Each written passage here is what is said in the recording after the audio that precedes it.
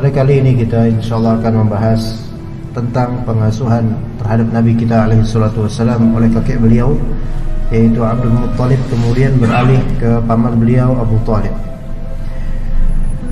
Rasulullah sallallahu alaihi wasallam bersama kakek beliau yaitu Abdul Muttalib setelah ibunya yaitu Aminah meninggal. Kakeknya yaitu Abdul Muttalib menyantuninya dan sangat sayang kepada cucunya yaitu Muhammad SAW. Bahkan belum pernah beliau yaitu dia Abdul Muttalib melakukan terhadap salah satu dari anaknya, ya, mendudukkan Nabi Muhammad dekat dengan tempat duduk Abdul Muttalib. Jadi ketika itu Abdul Muttalib adalah seorang tokoh, dan para nabi mereka rata-rata semua standarnya para nabi, para rasul itu memiliki nasab yang bagus. Abdul Muttalib adalah seorang tokoh, memiliki tempat duduk khusus di dekat Ka'bah, dan anak-anaknya duduk di sekitar kasur itu sambil menanti ayahnya datang. Jadi anak-anaknya Abdul Muttalib ada tempat khusus buat Abdul Muttalib. Tidak ada satupun di antara anak-anaknya Abdul Muttalib yang duduk di atas kasurnya Abdul Muttalib sebagai tanda penghormatan baginya. Itu di zaman ketika itu, ya, dekat Ka'bah. Kalau sekarang tidak ada hal-hal seperti itu. Masjid tempat khusus untuk Syekh fulan di sini, enggak. Shaf itu sama semua. Semua orang berhak untuk mendapatkan shaf. Beda kalau misalnya tempat khusus untuk imam atau untuk orang yang bisa menggantikan imam. Nah, imam di sini, pengganti imam di sini belakangnya. Nah, itu baru boleh khusus. Bahkan orang yang jahil, awam, nggak tahu apa-apa nggak boleh di belakang imam sebenarnya. Ya, nggak punya fikih, nggak punya ilmu di belakang imam. Jangan. Yang belakang imam itu adalah makmum yang punya ilmu, dan kalau imam ada salah baca, ya dia benerin nanti. Apa yang terjadi di Indonesia rata-rata nggak begitu, ya. Orang yang paling jahil bahkan di belakang imam, atau merasa paling tua di belakang imam. Nanti kalau imamnya berhadas, batal sholatnya, bingung. Lah, kok keluar dia? Waduh, saya maju dong. Maju nggak siap bacaan. Nah, repot tuh, ya kan? Makanya yang di belakang imam pas itu orang yang siap mengoreksi bacaan atau siap menggantikan imam kalau ada darurat atau hajat. Nah, tapi di ketika itu ada tempat khusus, ya, berkasur, tempatnya itu khusus untuk Abdul Muttalib, tokoh ternama ketika itu. Jadi nggak ada satupun anak-anaknya saja, nggak ada yang berani duduk di atas kasur itu, saking hormatnya pada Abdul Muttalib. Tetapi Rasulullah SAW Muhammad ketika itu yang waktu itu masih sangat kecil, ya, datang kemudian duduk di atasnya. Para pamannya yaitu anak-anak yang Abdul Muttalib mengangkat dan marahnya, jangan di sini kamu, ya, dek, jangan di sini, dek, gitu, bahasa kita. Tetapi Abdul Muttalib yang menyaksikan itu kemudian berkata, biarkan saja dia seperti itu, biar nggak apa-apa, biarin dia di situ, karena dia akan menjadi orang besar. Nah, jadi kakeknya, keluarganya, semua orang ketika itu udah merasakan, ya, kalau bahasa kita ini aura, ya. Jadi bukan anak sembarangan. Ya, mungkin bagi orang-orang kampung nih uang sekti nih, bakal jadi uang sekti, bakal jadi orang besar. Kemudian Abdul Muttalib mendudukkannya bersamanya di atas kasur sambil mengusap punggungnya dengan tangannya sambil bergembira dan menikmati apa yang dia lakukan. Ada pelajaran nih, ikhwas sekalian. Kadang-kadang anak yang berupa ini, insyaallah ini bakal jadi calon orang besar, itu kelihatan dan kerasa sejak kecil. Dari kemampuannya, dari skillnya, perbedaan yang tidak didapatkan pada anak-anak lain, keumuman manusia. Tapi bukan sampai perbedaan yang ekstrim seperti anak itu bisa terbang, anak itu bisa ini, ya. Kalau itu jadi film nanti, ya, kayak film Bayi Ajaib misalnya, itu bukan itu maksudnya. Keajaiban di sini yang maksud ada suatu hal yang tidak bisa diwartakan akan anak ini. Bukan sekedar dia putih atau ganteng, bukan, ada hal. Kadang-kadang kita ngeliat gitu. Di antara mungkin bapak-bapak yang punya anak ya, beberapa anak ya, 3 atau 4, pasti merasa dari awal ada anak yang memiliki kelebihan dan ini dibandingkan dengan anak lainnya dia nanti bisa memimpin. Nah, hal-hal seperti ini tidak dibatasi dengan seberapa apa batasannya anak ini bakal jadi hebat, enggak tahu gitu. Cuman kita merasa aja ini anak ini calon orang hebat ini. Ya. Sebagaimana juga kita kadang ngerasa ini anak ini calon ganteng nih, yang ini calon cantik nih. Ya, kelihatan juga dari wajahnya. Tapi calon orang hebat enggak cuma wajah doang. Mungkin dari sikap, dari kepintaran, kejeniusan dan seterusnya. Nah, namun pemeliharaan itu, yaitu Abdul Muthalib mengasuh Nabi SAW, tidak berlangsung lama, karena setelah 2 tahun kemudian Abdul Muthalib meninggal di saat usia Rasulullah SAW sudah 8 tahun. Jadi sejak kecil itu, sejak balita udah yatim piatu ya. Kemudian pas 8 tahun ditinggal pengasuhnya yaitu kakeknya, baru kemudian Abu Thalib datang sebagai saudara kandung dari bapaknya, yaitu paman beliau. Saudaranya Abdullah bin Abdul Muthalib. Nah, kemudian sebelum Abdul Muthalib meninggal, kakeknya ini Abdul Muthalib berpesan kepada Abu Thalib untuk memelihara Muhammad sallallahu alaihi wasallam. Tolong pelihara anak itu. Ya, dia bakal jadi orang hebat, orang besar. Ya. Karena khusus ini Muhammad ini khusus beda dengan yang lainnya. Maka Abu Thalib adalah orang yang miskin ketika itu. Sudah miskin, punya banyak tanggungan. Ya. Hidupnya itu penuh perjuangan. Bahkan kemudian setelah Rasulullah besar udah kemudian menerima wahyu, maka tentu rintangan dan beban makin berat untuk Abu Thalib yang menjadi bemper ya untuk dakwahnya Rasulullah SAW, menjadi pembela. Abu Thalib memang sangat-sangat mencintai ponakan ini, sampai tidur bersama anak ini, pergi bersama anak ini ya. Tapi Nabi Muhammad SAW memang sejak kecil beliau pada anak yang, kalau seandainya ada anak seperti Nabi kita SAW saat ini, itu kita sangat sayang padanya. Bagaimana tidak ya, di rahim ibunya wafat ayahnya. Ketika masih di rahim ibunya wafat ayahnya, dalam keadaan tidak tahu menahu, dalam keadaan ayahnya telah wafat lahir. Selang berapa tahun kemudian ya wafat ibunya. Ya. Kemudian kakeknya wafat. Kemudian kelak nanti dibela pamannya. Jadi begitulah orang besar yang memang Allah takdirkan. Rata-rata besarnya orang besar ini besar dari segi maknawi, bukan besar kaya. Itu rata-rata telah Allah Ta'ala berikan ujian demi ujian, bahkan sejak kecil. Betapa mungkinnya antum kalau punya direktur, orang hebat di perusahaan antum, coba antum tanya sejarah hidupnya. Kalau sejarahnya karena ini warisan perusahaan, itu nggak usah ditanya lagi lah, nggak usah diteliti lagi. Tapi kalau ternyata ini perusahaan besar dan hebatnya orang ini karena merintis, itu pasti sebelumnya telah mendapatkan ujian demi ujian yang Allah berikan. Apalagi besarnya itu dalam masalah agama dan akhlak. Pasti dahulunya di zaman atau masa kecilnya, sebagaimana Nabi SAW. Lihat, Nabi-Nabi ulul azmi tidak ada yang tidak punya ujian, dan ujian mereka itu luar biasa dahsyatnya. Dimulai dari Nabi Nuh, kemudian ada Nabi Ibrahim, kemudian ada Nabi Musa, kemudian Nabi Isa, kemudian Nabi Muhammad SAW. Kalau kita perhatikan Nabi Nuh, apa ujiannya? 950 tahun berdakwah, dan yang terima cuma berapa gelintir. Bayangkan ya. Kalau anak pribadi ini kajian, kemudian diumumi kajian, ya hari ini ada kajian insyaallah pada zuhur, kemudian semua jemaah keluar kecuali kameramen. Kira-kira apa yang antum bayangkan dari perasaan anak? Seikhlas-ikhlasnya ada perasaan, ya Allah, sakit hati kan? Bagaimana dan Nabi Nuh alaihissalam? Inni da'autu qaumi laila wa nahara falam yazidhum du'ai illa firara. Loh, kata Nabi SAW, kata Nabi Nuh alaihi salatu wasallam, Ya Allah, curahan hati Nabi Nuh. Antum baca surat Nuh di juz 29. Itu antum akan melihat hikayat kisah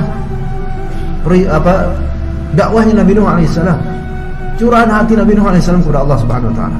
Ya Allah, inni da'utu qaumi laila wa nahara. Saya berdakwah kepada kaum saya malam siang, tiap hari saya dakwahi.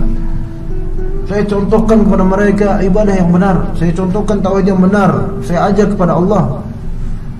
Bukan nyari duit, bukan. Tapi kemudian ternyata setiap hari selama ratusan tahun itu berdakwah. Usia beliau ketika itu seperti itu. Jangan dikiaskan dengan usia orang sekarang umat Nabi Muhammad SAW ya. Kita ini nggak tahu usianya, mungkin mentok 70, 60, 70, 60. 70 lewat itu udah harus sering-sering mati itu ya. Jangan keterusan 70, minta lagi sampai 80, 90, 100 kelamaan ya. Ya gitu kan, nggak enak hidup di dunia ini sebenarnya. Lebih enak di surga ya.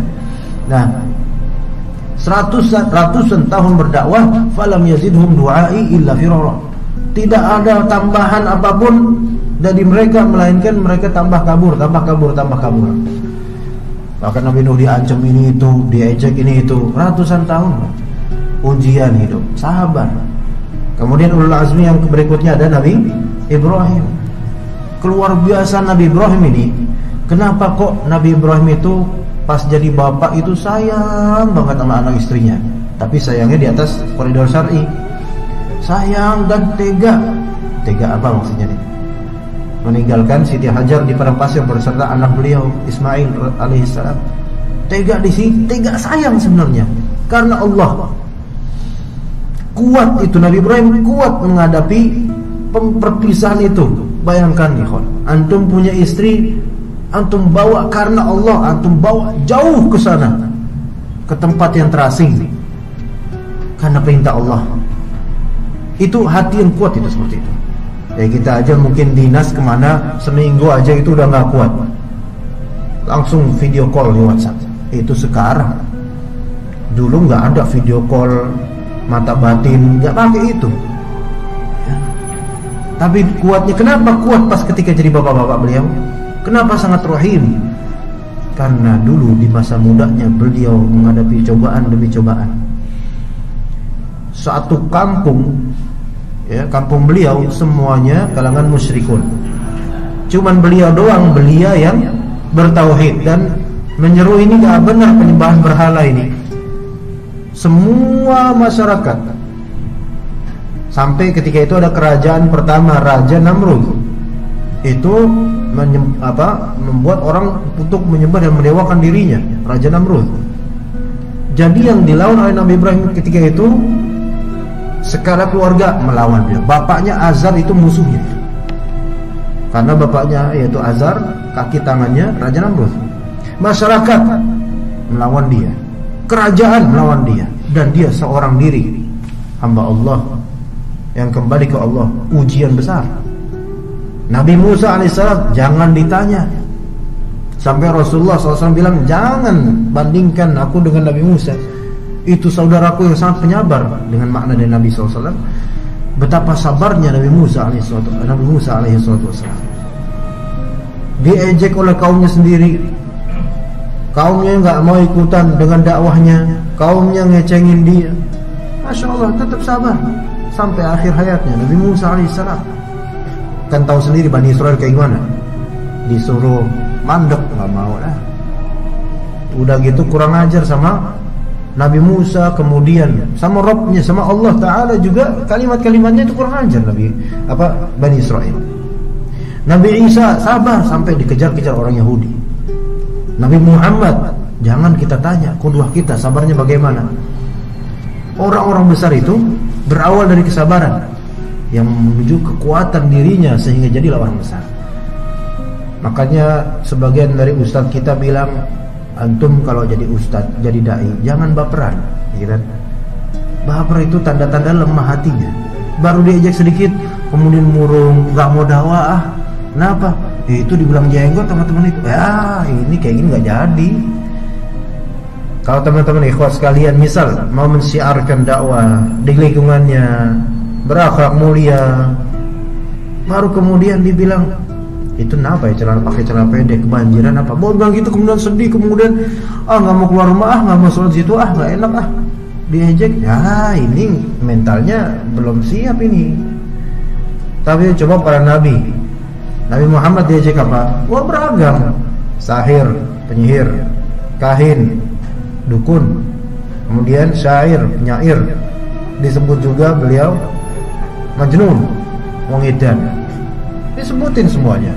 Ya, tapi mental semua ya. Nabi tetap sabar. Makanya kata Allah Subhanahu wa taala, "Khudzil 'afwa wa'mur bil 'urfi wa a'rid 'anil jahilin." Kalau misalnya kita jelek-jelekin padahal kebenaran ada di pihak kita, misal kita pegang kebenaran tapi tetap dijelek-jelekin sama orang, wasiat dari Allah, "Khudzil 'afwa," berikan maaf, "wa'mur bil 'urf," tetap istiqomah menegakkan yang ma'ruf, wa a'rid 'anil jahilin, enggak usah ditanggepin orang-orang yang enggak tahu. Udah biarin aja, nanti juga orang-orang ini bakal tahu kebenaran di pihak mana. Begitu. Itu baru orang benar. Tapi kalau misalnya kita balas, ikutan marah, itu bukan tradisi Nabi. Ada enggak Nabi Musa kemudian dijelekin, kemudian dibantah lagi, kemudian sama-sama gontok-gontokan? Enggak. Sabar. Ya. Baik, di sini saya akan menjelaskan sebuah hadis yang menjelaskan pemeliharaan Abu Thalib terhadap Nabi SAW pada waktu kecil dan perlindungannya pada waktu besar. Hal tersebut berlangsung selama 40 tahun lebih. Jadi kalau pengasuhan Abdul Muttalib terhadap Nabi cuma 2 tahun, tapi pamannya ngasuh Nabi Muhammad SAW 40 tahun lebih. Iya, panjang banget durasinya, itu udah kayak bapak dan anak, itu udah ya. Jadi kalau ada apa-apa terhadap Nabi, Abu Thalib itu yang bakal orang pertama yang menolong. Ya, begitu. Abu Thalib melawan kaumnya di Mekah karena membela Nabi Muhammad hingga dia meninggal, yaitu Abu Thalib meninggal pada tahun ke-10 kenabian. Sayangnya meninggalnya tidak muslim. Ini aduh sayang banget. Ada kalanya orang itu baik banget tapi nggak percaya dengan Islam. Sayang. Mungkin bapak-bapak teman-teman di sini punya tetangga atau punya teman kerja, soal berbuat ihsan, soal akhlak dia mantep lah, tapi kafir, itu masalah. Kasihan. Kita sebagai muslim yang kita sendiri belum tentu selamat nanti, lebih kasihan lagi orang ini udah baik-baik, bagus-bagus, akhlak mulia tapi kafir. Dan ada kalanya orang kafir tapi membantu Islam dan simpatik sama Islam, ada kala gitu. Tetapi kata Allah Subhanahu wa taala, "Wa mathalul ladzina kafaru bi rabbihim a'maluhum karamadin ishtaddat bihi ar-rihu fi yawmin 'asif." Misalnya orang-orang kafir, amalan mereka itu seperti debu di atas sebuah batu di hari yang penuh dengan angin. La yaqdiruna mimma kasabu 'ala syai'. Enggak mampu, itu apa yang mereka telah lakukan enggak mampu untuk menahan mereka dari api neraka. Nauzubillah. Maka baik aja enggak cukup, harus benar. Ya. Dan benar aja enggak cukup, harus baik. Betul enggak? Ada kalanya orang baik tapi enggak benar. Tapi ada kalanya orang benar tapi enggak baik. Karena baik sama benar itu dua hal yang beda dan harus keduanya bersatu dalam satu orang atau satu kelompok. Misal ada orang baik tapi niatnya nggak benar, ada orang baik tapi akidahnya nggak benar, ada orang baik tapi imannya nggak benar, kan bisa gitu. Ada orang benar tapi nggak baik, dia benar tapi cara ngomongnya nggak baik, ada nggak? Yang ada nyakitin tapi benar, nah ini kan nggak enak juga, ya kan? Nih orang baik, dia baik ngasih duit, nih buat lu, gua tahu lu miskin, kan nggak enak ngomongnya. Nih buat antum nih, ya akhi taqillah, buat antum nih. Antum kok kayak gini kan neraka ini isinya. Nah kan gak enak ngomong kayak gitu. Baik sih baik kelihatannya tapi gak benar cara penyampaiannya. Nah gitu kan. Nah kemudian ya kawan sekalian, berlanjut ke cerita Rasulullah SAW menggembal kambing. Nah nih ya, sekarang ada gak di antara antum kerja yang gembal kambing? Gak ada, perusahaan gak butuh itu ya. pembahasan ini Rasulullah SAW pernah menggembala kambing bersama saudara persusuannya di perkampungan Bani Sa'ad ya. Ketika ada 2 malaikat ya, itu di usia 4 tahun ke atas sedikit ya, yang pernah Anda ceritakan tentang ada 2 malaikat yang membedah dada beliau alaihi salatu wassalam. Al-Bukhari meriwayatkan dari Abu Hurairah radhiyallahu anhu bahwa Rasulullah SAW bersabda, tidak ada nabi kecuali telah pernah menjadi penggembala kambing. Pahami baik-baik ya, semua nabi itu asalnya dulu penggembala kambing, luar biasa ya. Kecuali mungkin Nabi Adam, kita nggak tahu ya. Di surga dulu nggak dibilang gembala kambing, nggak. Di bumi kemudian turun ke bumi gembala kambing, nggak tahu saya riwayatnya. Tapi Rasulullah SAW mengumumkan keumuman para nabi itu pernah menjadi penggembala kambing. Ya, mereka para sahabat bertanya, engkau juga ya Rasulullah? Maka beliau menjawab, iya, saya telah menggembala dengan imbalan beberapa dinar dari penduduk Makkah. Apa yang bisa kita pelajari ikhwan di sini? Rasulullah dari kecil dengan kondisi yatim piatu, ya, itu bekerja, dan itulah calon orang besar. Kalau kita lihat rata-rata anak kecil yang dagang bekerja, kenapa? Karena kesulitan apa karena kaya? Karena kesulitan hidup. Sampai orang tuanya maksa, udah kamu dagang. Betul itu. Ya, Masya Allah. Di daerah Madura, apa Pamekasan atau mana gitu, saya pernah menemukan video. Ada orang naik motor gitu, bapak naik motor orang kayak biasa, malam, tengah malam, jam 12 atau jam sekitar itu ya. Kita tahu Madura tentu nggak seramai Jakarta.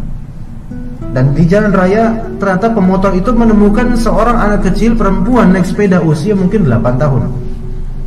Naik sepeda malam-malam sendirian. Di sepeda anak kecil yang ya bukan sepeda anak kecil banget, ada 3 roda enggak, tapi sepeda normal, cuman cocok buat anak kecil. Kemudian ada keranjang, dan di keranjang itu ada dagangan, mungkin gorengan atau apa. Kemudian Dek, dengan bahasa Madura ya, atau logat Madura, dari mana ini? Ternyata disuruh orang tuanya dagang sampai tengah malam itu. Kemudian ayo anterin ke rumah orang tuamu. Nangis dia karena takut, mungkin dianterin ke rumah orang tuanya. Dapat orang tuanya, ibunya dan bapaknya, ternyata dua-duanya masih sehat. Anaknya dipaksa buat dagang. Anak melihat videonya, mungkin cerita ini tidak mewakili dengan video tersebut. Itu video ini ya, video amatir ya, bukan video buatan. Lihat itu, anak kecil dibegitukan tuh ada. Dan betapa adanya anak-anak kecil yang mungkin di perempatan kita lihat jualan dagang, Masya Allah. Memang tidak boleh dagang di perempatan sebenarnya, karena itu jalan milik pemerintah ya, dan nggak layak untuk dijadikan tempat dagang. Tapi bukan di situ sisi yang kita lihat. Di sini kita lihat banyak orang-orang yang sukses berawal dari mungkin masa kecil yang suram dalam artian ekonomi sulit, dan berjuang betul-betul untuk menegakkan hidup. Ya. Rasulullah SAW dahulu sejak kecil usia 4 tahun setengah atau sekian, sejak itu beliau juga menggembala kambing bersama teman-temannya, dan beliau mendapatkan beberapa dinar dari penduduk Makkah. Luar biasa ya.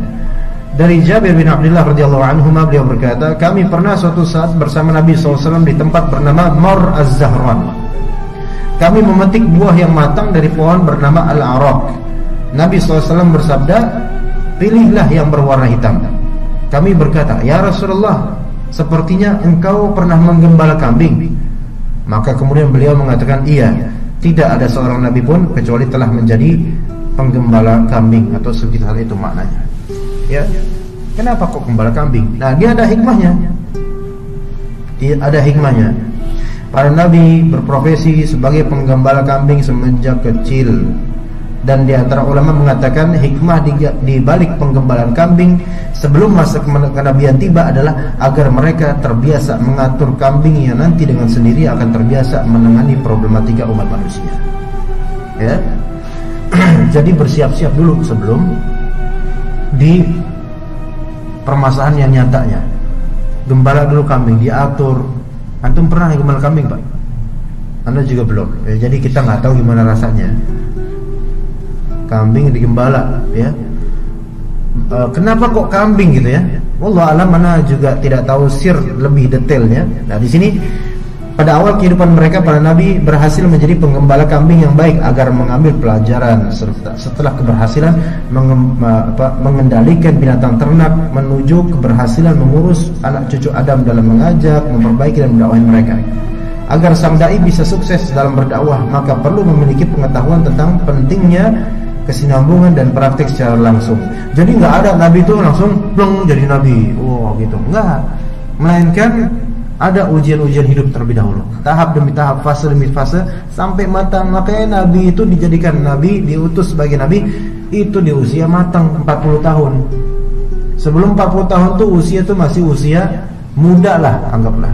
40 tahun matang, ya, udah matang, usia bagus itu, berpikirnya bagus. Tapi kalau sebelumnya bagus, kalau sebelumnya begajulan 40, makin istiqomah itu, insyaallah ya, begajulannya. Makanya kadang kita lihat ada orang sudah tua tapi kelakuannya itu masih suka nyolek-nyolek emak-emak, masih suka ngutilin ini itu. Kenapa? Ya emang itu masa muda, perang sebelum 40 dia gunain untuk itu usianya, main perempuan ini itu. Nah, maka beruntung kalau Pak kita dari muda udah kerja, dari muda udah bertanggung jawab, dari muda udah ini udah itu, dari kebaikan. Maka semoga nanti ketika sudah sampai 40 itu insya Allah tetap istiqomah dalam kebaikan. Cuma yang sifat buruknya yaitu kalau udah 40 lebih paten lagi itu. Ya maka sebelum usia 40, yang belum usia 40, ya moga-moga Allah mudahkan untuk memperbaiki diri, termasuk anak juga ya. Di sini insya Allah semua masih 25 lah ya, baik. Hah? Iya, sekitar belasan tahun lalu ya. Baik, dalam pekerjaan menggembala kambing terdapat pelajaran membiasakan diri untuk sifat menyantuni dan mengayomi. Coba kalau misalnya antum perhatikan, tadi anak ketika keluar dari pagar rumah kediaman Anda, kan di daerah Cilangkap di dekat rumah Anda itu masih banyak rumput ya, sawah pun masih ada, cuman gak begitu terawat ya. Anda melihat ya, orang naik motor atau ada motor dan orangnya juga baru selesai ngambil ilalang. Kan biasanya ngumpul ilalang taruh di jok motor tuh. Kalau di Jakarta ya, kalau di kampung-kampung biasa pakai sepeda yang tinggi itu ya. Nah, begitu kehidupan orang yang memelihara kambing. Dia nyari ilalang untuk makanan kambingnya di kandang. Atau kalau dia tidak taruh di kandang, digembalakan ke padang rumput. Ya, kemudian diatur dan dijaga kambingnya. Antum pernah lihat mungkin anak-anak atau remaja-remaja yang gembala kambing? Jarang sekarang di kampung. Sekarang di kampung mainnya motor anak-anak ya kan. Iya, sekarang malah bisa lebih parah dari anak-anak kota ya. Anak-anak kota itu mungkin masih ke masjid, masih. Kalau anak-anak kampung udah agak sulit sekarang, udah kenal, karena euforia kenal gadget, kenal handphone ya, WhatsAppan dan seterusnya. Bisa lebih parah loh sekarang anak kampung. Ya. Coba kalau kita lihat anak kampung gembala kambing, gembala kerbau, gembala sapi, itu terbentuk dari perbuatan gembala mereka, kepemimpinan dari kecil. Iya, tapi dengan kepolosan ya. Itu terbentuk, itu membentuk memang. Coba apalagi yang bisa digembala coba? Manusia digembala? Enggak, tadi dari kecil gembala kambing. Dan hatinya menjadi lembut. Dan bayaran gembala kambing pun gak begitu banyak, sehingga mencukupkan apa yang cukup aja. Ya, Anda pernah juga suatu ketika dulu waktu tahun 2007 Anda jalan kaki Pak, dari daerah Empang, tahu Empang Pak? Empang Bogor. Empang Bogor kan ada jalan kereta Pak. Itu ketika 2007-2008 itu kereta Bogor Sukabumi nonaktif, sehingga Anda pun leluasa sama teman Anda menyusuri jalan rel kereta itu sampai ke Parung Kuda. Tahu Parung Kuda nggak Pak? Antum tahunya apa sih? Cilandak ya. Parung Kuda itu di daerah Sukabumi. Anda jalan itu, nyusuri kereta. Nggak tahu berapa kilometer puluh, nggak tahu Anda. Tinggalnya jalan aja dulu. Waktu itu masih bujang tentu aja ya. Masih bebas. Anda jalan, suatu ketika Anda menemukan kebo di pinggir rel. Ternyata ada anak kecil yang menggembala kebo. Bayangin tuh, anak kecil menggembala kebo. Itu sebenarnya dibanting sama kebo juga mati tuh anak. Ya tapi Masya Allah bisa bertanggung jawab menggembala kebo tuh. Nah kemudian datang itu anak kecil. anak kasih duit 5.000. Setelah dikasih langsung lari itu. Lari apa Pak? Kesenangan. Saking apa, mungkin menggembala itu nggak seberapa dia kalau dikasih duit. Itu di Bogor, perbatasan Bogor sama Sukabumi, mungkin Cigombong atau apa namanya itu. Nah, Masya Allah, ketika anak-anak sudah bisa menggembala binatang seperti itu, maka terbentuk karakter kepemimpinan dengan kesederhanaan dirinya ketika itu, kepolosan, dan juga tidak banyaknya uang yang didapatkan. Masya Allah, ya begitu juga dengan anak yang jualan, ya bagus juga insya Allah ya. Dilatih seperti itu sehingga kesabaran, keuletan, kegigihan, kepemimpinan, pengaturan itu benar-benar dia sudah terbentuk sejak kecil, alhamdulillah. Kemudian dari segi pengawasan, namanya kambing binatang kan semaunya, mungkin ke sana atau makan di sana, dia ngawasin sana sini. Jadi matanya seperti banyak. Itu melatih betul-betul. Awas matanya gitu kan. Nah, begitulah Rasulullah menjadi seperti itu. Lebih-lebih Rasulullah SAW diberikan beberapa mukjizat. Sampai ketika beliau sholat, ya, itu kata beliau alaihissalam, aku bisa memiliki pandangan untuk belakangku tanpa aku melihat. Itu mukjizat ya. Kalau itu kita nggak bisa niru kalau itu ya. Antum gembala kambing seberapa banyak pun tetap aja nggak bisa melihat belakang. Kecuali dipasang tali belakang nggak mungkin juga, nggak bisa melihat kita. Kalau Nabi ada mukjizat tertentu ya. Maka dengan pelajaran-pelajaran dari penggembalaan kambing ya, memudahkan bagi orang yang memiliki pengalaman seperti itu untuk menerima beban dakwah dibandingkan yang memulai langsung dari awal. Ya, tiba-tiba jadi dai gitu aja, nggak pernah ada ujian ini itu ya. Ketahuilah ikhwan, dakwah itu ujiannya berat. Dan kalau skala misalnya antum sendiri misalnya mendakwai istri aja kerasa tuh ujiannya, mendakwai anak aja kerasa ujiannya.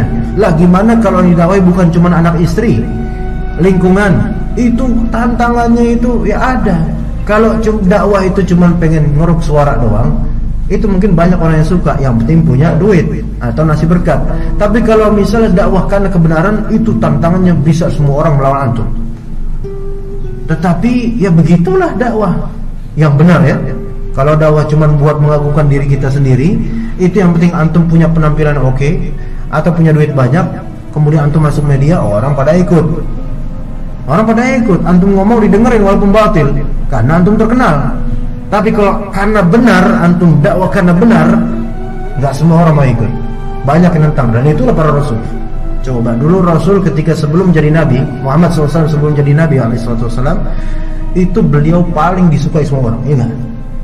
Sampai berjuluk Al-Amin, terpercaya. Nggak ada orang benci sama Nabi, nggak ada orang benci dengan nama Muhammad bin Abdullah. Muhammad bin Abdullah, itu orang yang disukai semua orang. Tokoh-tokoh menyukai beliau. Abdul Muthalib menghormati Nabi yang masih kecil itu. Nggak ada yang berani sama beliau, suka pada beliau. Sampai yang peristiwa yang mau meletakkan batu Ka'bah, pernah dengarkan ya? Itu tokoh-tokoh loh itu. Nabi yang memutuskan kemudian dengan adilnya, saking dipercayanya. Tapi kemudian pas mendakwahkan kebenaran, tauhid, jauhi syirik, mulai dibenci. Hampir semua orang benci sama beliau. Berarti kalau kita cuma pegang yang penting akhlak mulia saja, orang bisa suka. Tapi kalau kita ngomong benar tentang dakwah yang benar, mulai orang nggak suka. Maka wajar kalau ternyata dakwah tentang sunnah, dakwah tentang tauhid itu dijelek-jelekin, ya, dibubarin, ya, diberikan cap yang buruk. Wajar. Kenapa? Karena memang itulah tradisinya dari zaman dulu sampai zaman sekarang. Justru aneh Pak kalau misalnya sampean dakwah semua orang suka, itu yang aneh. Itu yang aneh. Imam Syafi'i sendiri bilang, tidak ada, kalau misalnya kamu ingin menyenangkan semua manusia, ketahuilah tidak ada jalan menuju itu. Gak bakal bisa sempurna kamu. Kalau tahu begitu, maka ikhlaskan niatmu untuk Allah Subhanahu wa ta'ala dan carilah pahala darinya.